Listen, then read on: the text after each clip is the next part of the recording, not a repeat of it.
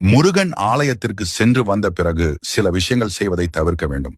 அவை என்னென்ன என்பதை தெரிந்து கொள்வதற்கு முருகன் சேனல் வீடியோவை முழுமையாக பாருங்க. நீங்கள் முருக பக்தர் அப்படின்னா ஓம் முருகா என்று சொல்லுங்க. சேனலை சப்ஸ்கிரைப் செய்து கொண்டு ஆலயத்திற்கு சென்று வீட்டிற்கு வரும்போது நேரா உங்கள் வீட்டிற்கு தான் வர வேண்டும். உறவினர் வீடு அல்லது நண்பர்களின் வீட்டிற்கு செல்லக்கூடாது. வீட்டிற்கு வந்த பிறகு பூஜை அறையில் தேங்காய் மற்றும் விபூதியை வைத்துவிட்டு மனதார வேண்டிவிட்டு கடவுளை தரையில் விழுந்து வணங்க வேண்டும். அதன் பிறகு கொஞ்ச நேரம் வந்து உட்கார வேண்டும். ஆலயத்திற்கு சென்று வந்தவுடனே ஆடைகளை மாற்றுவது, கை கால்களை கழுவுவது, குளிப்பது போன்ற செயல்களை செய்யக்கூடாது.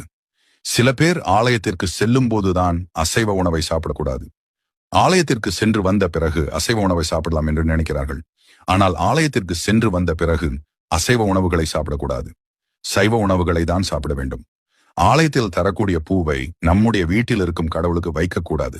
அதனை காய விடாமல் பெண்கள் தலையில் தான் வைத்துக் கொள்ள வேண்டும்.